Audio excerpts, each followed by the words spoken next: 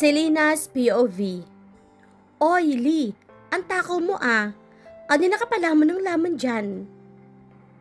Saway ni Chloe sa akin at saka inilayo ang isang bowl ng cereal. Pang-tatlong ulit ko na ata ito. Lamon talaga? Akin na nga yan. Pilit kong inaabot yung bowl, pero pilit naman na itong inilalayo. May sapak talaga sa ulo itong babaeng ito. Nagkataka nga rin ako nito mga nakaraang araw. Biglang-bigla na lang ako nakaka-stomach cramps, tapos ang lakas kong kumain. O hindi naman kaya, matutulog ako maghapon o maghahanap ng mga pagkain na mga hindi pangkaraniwang pagkain. Biglang bumukas ang pinto at niluwano yun si Lester. Naging malapit kasi ang kaibigan, kahit sandali pa lamang kami nagkakakilala. Nang bigla kasi hinablot yung bag ko, habang naglalakad ako, ay siya yung humabol at nagbalik sa akin. Doon din namin namukhaan ng isa't isa hanggang sa naging malapit kami magkaibigan. Alam niya rin ang tungkol sa nangyari sa amin ni Calvin dahil naikwento ko na ito sa kanya. Umupo naman siya at tinalapag ang daladala niya. Hindi ko alam kung ano iyon, pero ang baho ng amoy at parang bumaligtad ang sikmura ko. Kaya agad ako napatakbo sa toilet at sumuka. Sumunod naman sa akin si Lester at Chloe sa banyo at hinimas si Lester ang likod ko. Medyo nawala ang pagkahilo ko nung ginawa niya iyon. Wala naman akong ibang inilalabas kundi ang kanain kong cereal. Tapos, puro laway na lang. Tumungo ako sa kitchen sink at naghilamos ang muka. May masama ka bang nakain? Tanong ni Lester at patuloy na hinihimas yung likod ko. Inabutan naman ako ni Chloe ng face towel at ipinunas ko iyon. Umiling-iling naman ako kay Lester, samantalang si Chloe naman ay nakatingin lang sa akin at may kung anong iniisip. Hindi kaya buntis ka? Doon nalaki ang mga mata ko sa sinabi ni Chloe. Bakit ba hindi ko naisip yon? 1 week na nga pala akong delayed. Magpa-check up na tayo ngayon sa OB-GYN para makasiguro na din tayo. May kilala akong Filipino na OB. Proven siya na magaling. Sabi ni Lester.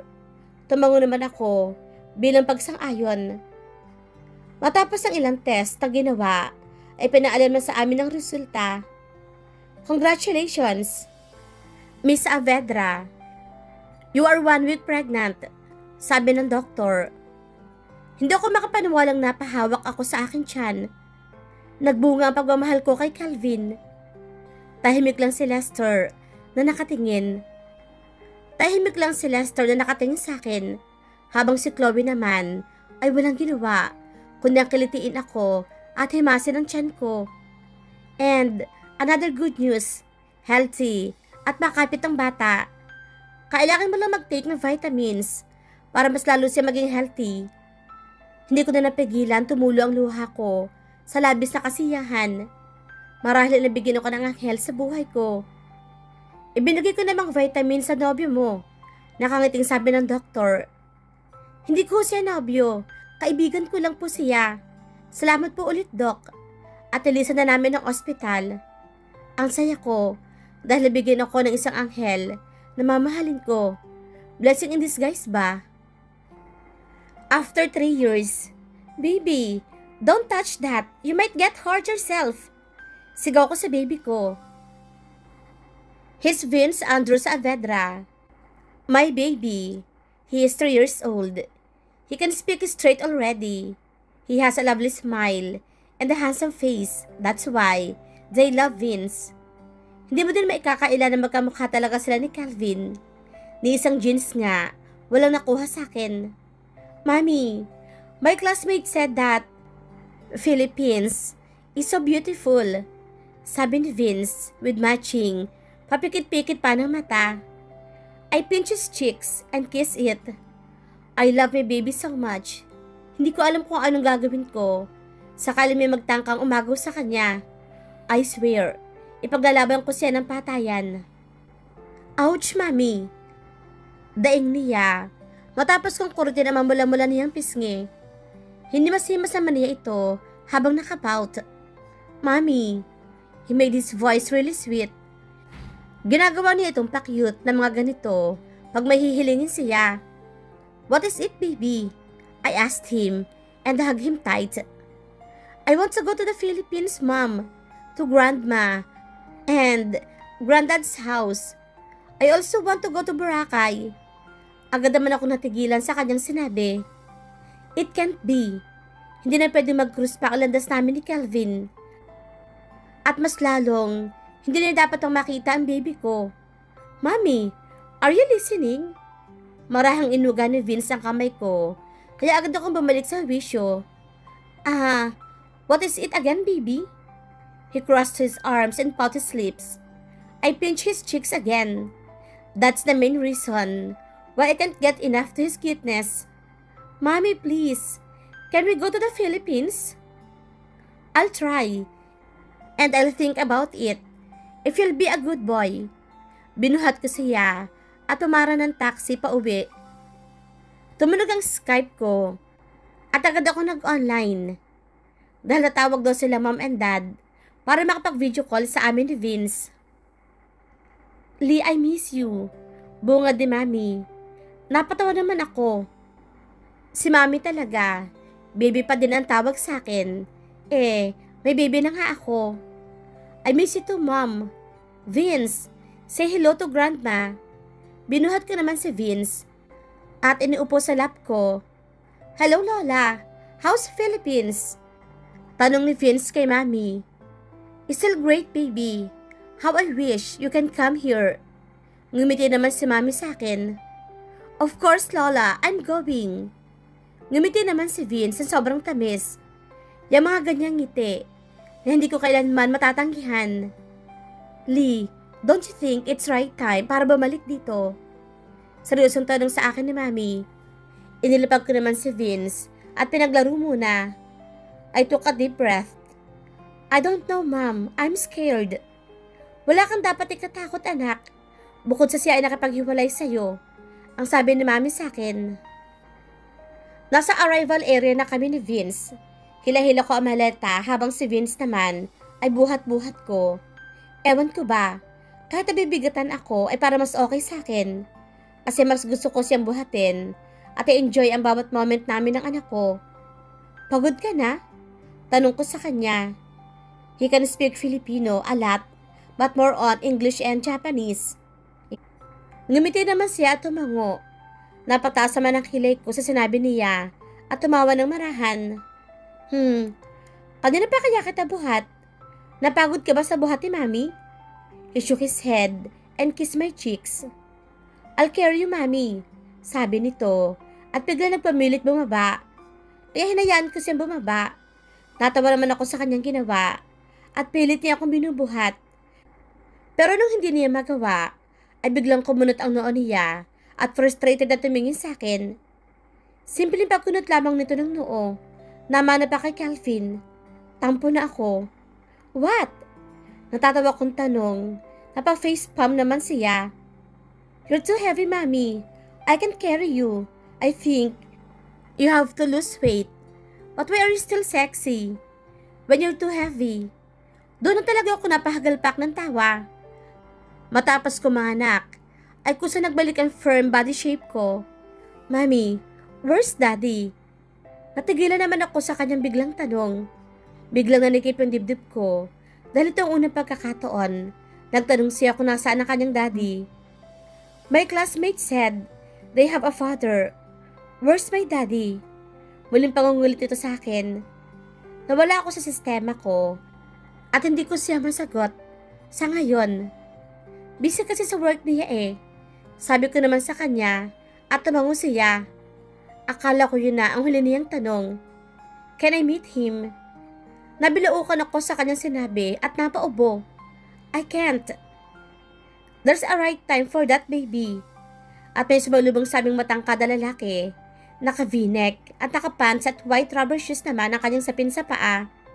Nakataas ang buhok nito at nakasunglasses na Ray-Ban. Mapapagkamalan mo talagang artista. Daddy! Sigaw ni Vince at tumakbo palapit kay Lester at nagpabuhat. Lumapit naman siya sa akin at tinulungan ako magdala ng maleta at isinakay sa kotse. I just smiled at him. So, how's the trip? Tanong niya. Fine. Napahikab naman ako dahil grabe na rin kaming nakarating. Si Vince naman ay doon nakatulog sa braso ni Lester. Pinigilan ko nga kanina pero okay lang daw. Ang iniisip ko lang ay baka mabangga kami. Pero I trust him at nakarating kami sa bahay ng safe. Nang makarating kami sa bahay, ay dali-dali kami sinalubong ni na mami at daddy. Heto nga ako at iniwan sa labas at pinasok si Vince agad sa loob. Salamat sa pagsundo, Lester. Ngumiti ako sa kanya. Napatingin naman ako sa mga braso niyang nakaakbay sa akin. You know, I'll do everything for you. Bigla kami nagkatinginan, pero agad ako nag-iwas ng tingin. Nagtapatan siya sa akin na gusto niya ako, pero sa ngayon, hindi ko na kaya pang ibalik ang mga titig na ganoon. Hihintayin kita, Lee, no matter what. He gave me a assurance look. I just nod my head as my answer. Thank you. I really appreciate the things at sa pag-aalaga mo sa amin ni Vince. Hindi ko napigilan na yakapin siya ng sobrang higpit. Can I have a favor? Tanong niya. Pinalakihan ko naman siya ng mga mata. Kalaunan ay tumawa na rin. Okay, kung kaya ko. Pero sinabi ko na sa'yo, pag hindi maganda, batok talaga ang aabutin mo sa akin. Pagkataray ko at cross arms pa ako. Tatawa-tawa naman siyang umiling. Madali lang, promise. Nag-hand gesture pa siya na akala mo ay nanunumpa. Sige, ano yon? Can I call you me? And can you call me D? Please, I just want to try that endearment. Marahan pa niyang inuga yung balikat ko at nagpa-cute. Ang ibig bang sabihin nun? Yes, mommy and daddy. Pagputol niya, nang sasabihin ko. Para lamang ata sa mag-asawa yun Pero para sa akin, wala naman ako mali siya. Kahit sana sa ganitong paraan, ay mabayaran ko ang utang na loob ko sa kanya. Tumango naman ako at ngumiti. Biglang nagdingning ang kanya mga mata at ngumiti ng abot langit. Hindi lang iyon, nagtatanong pa siya na akala mo, sinagot ang GF. Feeling teenager, ang jologs. Sige na, pasok na ako di. Ingat ka sa pagdadrive ha? Ang gwapo ng ngiting ibinigay niya sa akin. Ewan ko. Pero meron nagpupumilit sa sistema ko na dapat ba akong kiligin. Okay, good night din me. At sumakay na ng kotse ito at saka pinarurot ang sasakyan. Nakangiti ako pumasok ng bahay at kita ko naman ang tinginan ni na mami at daddy sa akin. It's not what you think. Inunahan ko na sila. Bago pa sila makapagtanong, bakit? Wala naman kami sinasabi na masama Depensa ni mami sa katumingin kay daddy. Wala daw. Mukhang may love life ka na kaagad anak. Pabirong hayag nito. Ang dami din namin pinagkwentuhan. Late din kami nakatulog ni Vince.